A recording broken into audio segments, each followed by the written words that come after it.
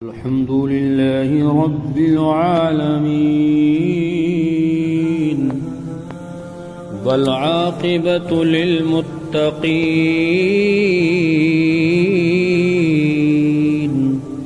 والصلاة والسلام على سيد الأنبياء والمرسلين وعلى آله وأصحابه وأزواجه وأهل بيته وشهداء ملته وأولياء أمته وعلماء أهل سنته والناس أجمعين. أما بعد فأعوذ بالله من الشيطان الرجيم. بسم الله الرحمن الرحيم. وما أرسلناك إلا رحمة للعالمين. صدق الله مولانا العظيم وصدق رسوله النبي الأمين الكريم ونحن على ذلك لمن الشاهدين والشاكرين والحمد لله رب العالمين. سنی من علی اللہ اکبر میزنم دم زبو بکر عمر عثمان حیدر میزنم قادری من علی غوث اعظم میزنم دمز شیخ احمد رضا خان قطب عالم میزنم. محبت سے ہم اپنی گفتگو کا آغاز کرتے ہیں. ہماری گفتگو پہ دشمن بھی ناز کرتے ہیں. کہاں سے فتنہ اٹھتا ہے کہاں نفرت پنپتی ہے. سب سمجھتے ہیں لیکن نظر انداز کرتے ہیں. کسی کم ظرف کی شعلہ بیانی سے ہرگز نہ ڈریے گا. کسی کم ظرف کی شعلہ بیانی سے ہرگز نہ ڈریے گا. جو خالی ہوتے ہیں برتن بہت آواز کرتے ہیں. نثار تیری چہل پہل پر ہزاروں عیدیں ربیع الاول سوائے ابلیس کے جہاں میں سبھی تو خوشیاں منا رہے ہیں. یہ آسماں کے تارے ہم کو بتا رہے ہیں جھومو دیوانو جھومو سرکار آ رہے ہیں. حضرات گرامی، آئیے ہم اور آپ سب سے پہلے نہایت ہی ادب و احترام کے ساتھ بارگاہ رسالت مآب صلی اللہ علیہ وسلم میں جھوم جھوم کر درود و سلام پیش کرنے کی سعادتیں اور برکتیں حاصل کریں. پڑھیں بآواز بلند صلی اللہ علی النبی الامی وآلہ صلی اللہ تعالی علیہ وسلم. صلو علیہ صلاۃ و سلام علیک یا رسول اللہ یا نبی اللہ یا حبیب اللہ صلی اللہ تعالی علیہ وسلم. حضرات گرامی، خطبہ مسنونہ کے بعد قرآن مجید کی بہت ہی مشہور و معروف آیت کریمہ کی تلاوت سے میں نے خود کو مشرف کیا ہے. پروردگار عالم اپنے مقدس کلام نے بڑے ہی فصیح و بلیغ انداز میں ارشاد فرماتا ہے وَمَا أَرْسَلْنَاكَ إِلَّا رَحْمَةً لِّلْعَالَمِينَ،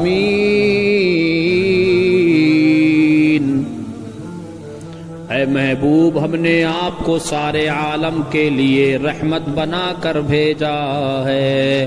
وہ ہر عالم کی رحمت ہیں، کسی عالم میں رہ جاتے، وہ ہر عالم کی رحمت ہے، کسی عالم میں رہ جاتے۔ یہ ان کی مہربانی ہے کہ یہ عالم پسند آیا، یہ ان کی مہربانی ہے کہ یہ عالم پسند آیا۔ سرکار دو عالم صلی اللہ تعالی علیہ وسلم کے پیدا ہونے سے پہلے مکے کی سرزمین پر، عرب کی سرزمین پر عورتوں پر ظلم و ستم کے پہاڑ توڑے جا رہے تھے، عورتوں کو ذلیل اور رذیل کیا جا رہا تھا، سماج میں عورتوں کی کوئی عزت اور اہمیت نہیں تھی، عورتوں کے ساتھ ظلم و ستم کا پہاڑ توڑنے کی حد یہ ہو گئی تھی کہ پیغمبر اعظم سید عالم صلی اللہ تعالی علیہ وسلم اسلام سے پہلے عورتوں کا حال بہت ہی زیادہ خراب تھا، دنیا میں عورتوں کی کوئی عزت و وقعت نہیں تھی، مردوں کی نظر میں اس سے زیادہ عورتوں کی کوئی حیثیت ہی نہیں تھی کہ وہ مردوں کی نفسانی خواہش پوری کرنے کا ایک کھلونا تھی۔ عورتیں دن رات مردوں کی قسم قسم کی طرح طرح کی خدمتیں بھی کیا کرتی تھی اور طرح طرح کے کاموں سے، یہاں تک کہ وہ دوسروں کی محنت اور مزدوری کر کے جو کچھ کما کر کے لاتی تھی وہ بھی مردوں کو دے دیا کرتی تھی۔ مگر اس زمانے کے ظالم و جابر مرد پتھر دل بے رحم پھر بھی ان عورتوں کی کوئی قدر اور عزت نہیں کرتے تھے، بلکہ جانوروں کی طرح ان کو مارتے تھے، پیٹتے تھے۔ اسی لیے کسی نے بہت پہلے صاف صاف لفظوں میں یہ کہا تھا معاملات نہ ہو گر درست انسان کے، معاملات نہ ہو گر درست انسان کے، تو جانور سے بھی بدتر ہے آدمی کی حیات، تو جانور سے بھی بدتر ہے آدمی کی حیات۔ ذرا ذرا سی باتوں پر عورتوں کے کان کاٹ لیے جاتے تھے، عورتوں کی ناک کاٹ لی جاتی تھی، ذرا ذرا سی باتوں پر عورتوں کے اعضاء جسمانی کو کاٹ لیا جاتا تھا، اور کبھی کبھی حالات ایسے بن جاتے تھے کہ ذرا ذرا سی باتوں میں عورتوں کا قتل بھی کر دیا جاتا تھا۔ عرب کے لوگ لڑکیوں کو زندہ دفن کیا کرتے تھے، زندہ درگور کر دیا کرتے تھے۔ یہ سب اس وقت کے حالات ہیں جب مکے کی سرزمین پر میرے آقا سید عالم صلی اللہ تعالی علیہ وسلم ابھی مبعوث نہیں ہوئے ہیں۔ پیغمبر کے مبعوث ہونے سے پہلے پوری دنیا میں عورتوں پر جو ظلم و ستم کے پہاڑ توڑے جاتے تھے، تاریخ پڑھیں گے، ماضی کے اوراق الٹ کر کے دیکھیں گے تو پتہ چلے گا، ہم اور آپ تاریخ کے اوراق الٹ کے دیکھنے کے بعد اس نتیجے پر پہنچیں گے کہ اس زمانے میں لوگ ظلم و ستم کا پہاڑ توڑنے کی بنیاد پر دنیا میں سب سے زیادہ اگر کسی کو برا سمجھتے تھے تو عورت ذات کو سب سے برا سمجھا جاتا تھا۔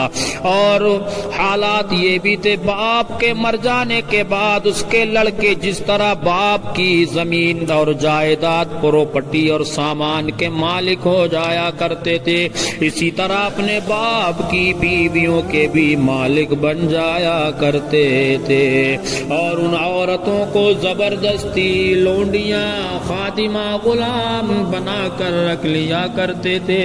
عورتوں کو ان کے ماں باپ، بھائی بہن یا شوہر کی میراث وراثت میں سے کچھ بھی نہیں ملتا تھا، نہ عورتیں کسی چیز کی مالک و مختار ہوا کرتی تھی۔ عرب کے بعض قبیلوں میں یہ ظالمانہ جابرانہ دستور تھا کہ بیوہ ہو جانے کے بعد عورتوں کو گھر سے باہر نکال کر ایک چھوٹے سے تنگ و تاریک کال کوٹری جھوپڑے میں 1 سال تک مقید یعنی قیدی بنا کر کے رکھ دیا جاتا تھا۔ وہ جھوپڑے سے باہر نہیں نکل سکتی تھی، نہ غسل کرتی تھی، نہ غسل کر سکتی تھی، نہ نہانا دھونا کر سکتی تھی، نہ کپڑے بدل سکتی تھی، کھانا پانی اور اپنی ساری ضرورتیں اسی جھوپڑے میں پوری کرتی تھی۔ بہت سی عورتیں تو اس کال کوٹری میں گھٹ گھٹ کر مر جاتی تھی، اور جو زندہ بچ بھی جاتی تھی تو 1 سال کے بعد ان کے آنچل میں اونٹ کی منگنیاں ڈال دی جاتی تھی، اور ان کو مجبور کیا جاتا تھا کہ وہ کسی جانور کے بدن سے اپنے بدن کو ٹچ کرے یعنی رگڑیں مسلیں۔ پھر سارے شہر کا اسی گندے لباس میں چکر لگایا جاتا تھا، ان عورتوں سے اس حال میں چکر لگوائے جاتے تھے، اور ادھر ادھر اونٹ کی منگنیاں پھینکتی ہوئی چلتی رہی، پھینکتی ہوئی اونٹ کی منگنیاں چلتی تھی۔ یہ اس بات کا اعلان ہوتا تھا کہ ان عورتوں کی عدت ختم ہو گئی ہے۔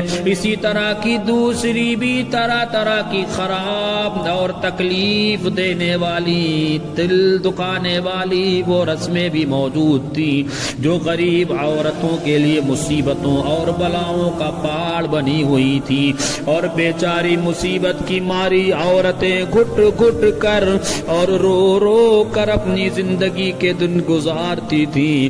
ہندوستان کی تاریخ اٹھائیں گے تو پتہ چلے گا، اسی ہندوستان کی سرزمین میں بیوہ عورتوں کے ساتھ ایسے ایسے دردناک ظالمانہ جابرانہ سلوک کیے جاتے تھے کہ جن کو سوچ سوچ کر کلیجہ منہ کو آ جاتا ہے۔ ہندو دھرم میں ہر عورت کے لیے یہ فرض تھا کہ وہ زندگی بھر قسم قسم کی اپنے پتی کی، شوہر کی خدمتیں کرتی رہے، خدمتیں کر کے پتی پوجا، شوہر کی پوجا کرتی رہے، اور شوہر کی موت کے بعد اس کی چتا کی آگ کے شعلے پر اس کو زندہ لٹا کر جلا دیا جاتا تھا، یعنی شوہر کی لاش کے ساتھ زندہ عورت بھی جل کر راکھ ہو جائے، غرض کے پوری دنیا میں بے رحم اور ظالم مرد عورتوں پر ایسے ایسے ظلم و ستم کے پہاڑ توڑتے تھے کہ ان ظالموں کی داستان، ان ظالموں جابروں کے ظلم و ستم کی داستان کو پڑھ پڑھ کر سن سن کر ایک درد مند انسان کے سینے میں رنج و غم سے دل کے ٹکڑے ٹکڑے ہو جائیں گے۔ ان مظلوم اور بے کس عورتوں کی مجبوری اور لاچاری کا عالم یہ تھا کہ سماج میں نہ ان عورتوں کے کوئی حقوق تھے، نہ ان کی مظلومیت پر داد و فریاد کے لیے کسی قانون کا کوئی سہارا تھا۔ ہزاروں برس تک یہ ظلم و ستم کی ماری دکھیاری عورتیں اپنی اس بے کسی اور بے بسی اور لاچاری پر روتی تھیں، بلبلاتی سسکیاں لیتی تھی، چیخ چیخ کر چلا چلا کر اپنے آنسو بہاتی رہتی تھی، مگر دنیا میں کوئی بھی ان عورتوں کے زخموں پر مرہم رکھنے والا، ان کی مظلومیت کے آنسوؤں کو پوچھنے والا دور دور تک نظر نہیں آتا تھا، نہ دنیا میں کوئی بھی ان کے دکھ درد کی فریاد کو سننے والا تھا، نہ کسی کے دل میں ان عورتوں کے لیے بال برابر بھی رحم و کرم کا کوئی جذبہ تھا۔ عورتوں کے اس حال زار پر انسانیت رنج و غم سے بے چین اور بے قرار تھی، مگر اس کے لیے اس کے سوا کوئی چارہ کار نہیں تھا کہ وہ رحمت خدا بندی کا انتظار کرے۔ ارحم الراحمین غیب سے کوئی ایسا انسان یا سامان پیدا فرما دے کہ اچانک اچانک ساری دنیا میں انوکھا انقلاب نمودار ہو جائے اور لاچار عورتوں کا سارا دکھ و درد دور ہو کر ان عورتوں کا بیڑا پار ہو جائے۔ چنانچہ رحمت للعالمین کی رحمت کا آفتاب جب طلوع ہو گیا تو ساری دنیا نے اچانک یہ محسوس کیا، جہاں تاریک تھا، ظلمت کدا تھا، سخت کالا تھا، جہاں تاریک تھا، ظلمت کدا تھا، سخت کالا تھا، کوئی پردے سے کیا نکلا کہ گھر گھر میں اجالا تھا، کوئی پردے سے کیا نکلا کہ گھر گھر میں اجالا تھا۔ عورت کو بری نظر سے دیکھنے والوں، عورت کی عزت کے ساتھ کھلواڑ کرنے والوں، عورت میرے رب کی بہت ہی انمول، بہت ہی قیمتی نعمت ہے۔ عورت خدا کی بہت ہی بڑی نعمتوں سے ایک بہت بڑی نعمت ہے۔ دنیا کی عورت دنیا کی آباد کاری اور دینداری میں مردوں کے ساتھ تقریباً برابر کی شریک ہے۔ عورت مرد کے دل کا سکون، روح کی راحت، ذہن و دماغ کا اطمینان اور بدن کا چین ہے۔ عورت دنیا کے خوبصورت چہرے کی ایک آنکھ ہے۔ اگر عورت نہ ہوتی تو دنیا کی صورت صورت کافی ہوتی۔ عورت حضرت آدم علیہ السلام اور حضرت حوا کے سوا تمام انسانوں کی ماں ہے، اس لیے کہ وہ سب کے لیے قابل احترام ہے۔ عورت کا وجود انسانی تہذیب و تمدن کے لیے بہت ہی ضروری ہے۔ اگر عورت نہ ہوتی تو مردوں کی زندگی جنگلی جانوروں سے بدتر ہوتی۔ عورت بچپن میں بھائی بہنوں سے محبت کرتی ہے، شادی کے بعد شوہر سے محبت کرتی ہے، ماں بن کر اپنی اولاد سے محبت کرتی ہے۔ اس لیے عورت دنیا میں پیار اور محبت کا ایک خوبصورت تاج محل ہے۔ وہ عورتیں جو آئے دن اسلام کے خلاف بکواس کرتی رہتی ہیں، وہ مرد جو آئے دن اسلام پر انگلیاں اٹھاتے رہتے ہیں۔ آج پوری دنیا میں عورتوں کو جو عزت ملی ہے، جو وقار ملا ہے، جو اہمیت ملی ہے، یہ سب میرے آقا سید عالم صلی اللہ علیہ وسلم کا صدقہ ہے۔ جس زمانے میں عورتوں کو منحوس سمجھا جاتا تھا، بیواؤں کو غلط نگاہوں سے دیکھا جاتا تھا، یتیموں کو ٹھوکروں سے مارا جاتا تھا، میرے آقا سید عالم صلی اللہ تعالی علیہ وسلم نے اپنی زندگی کا پہلا نکاح 25 سال کی عمر میں حضرت بی بی خدیجہ رضی اللہ تبارک و تعالی عنہا سے کیا تھا۔ یعنی میرے نبی کی عمر 25 سال تھی اور حضرت خدیجہ 40 سال کی بیوہ تھی۔ میرے آقا نے اپنی زندگی کا پہلا نکاح 40 سال کی بیوہ حضرت خدیجۃ الکبریٰ رضی اللہ تبارک و تعالی عنہا سے فرما کر دنیا کو یہ پیغام دیا، وہ کوئی اور ہوگا، وہ کوئی اور مذہب ہوگا جہاں عورتوں کی کوئی ویلو نہیں، کوئی عزت نہیں۔ میرے آقا نے بیوہ کے ساتھ نکاح کر کے سماج میں جو بیواؤں کو منحوس سمجھتے تھے، ان کی ظلم و ستم اور جہالت کے تابوت پر مصطفیٰ کے اس عمل نے آخری کیل ٹھوک دی۔ نبی کریم صلی اللہ علیہ وسلم نے یتیموں کے سروں پہ دست شفقت پھیرا اور فرماتے ہیں کہ جس نے یتیم کے سر پہ ہاتھ پھیرا، پروردگار عالم اس کے ہاتھ میں یتیم کے سر کے جتنے بال آ جائیں گے، اللہ ہر ایک بال کے برابر اس بندے کو نیکیاں عطا فرمائے گا۔ یعنی اسلام کی تاریخ ہے، اسلام کی تاریخ کو پڑھیں گے، ماضی کے اوراق اوراق کو کھول کے دیکھیں گے تو پتہ چلے گا کہ پیغمبر اعظم سید عالم صلی اللہ تعالی علیہ وسلم نے اپنے تو اپنے بیگانوں کے سروں پہ دست شفقت پھیرا ہے، بیگانوں کی مدد فرمائی ہے، بیگانوں کے سروں پہ دست شفقت پھیرا ہے، بیگانوں کی پریشانیوں کو دور فرمایا ہے۔ اسی لیے کسی نے کہا جو یاد مصطفیٰ سے دل کو بہلایا نہیں کرتے، حقیقت میں وہ لطف زندگی پایا نہیں کرتے۔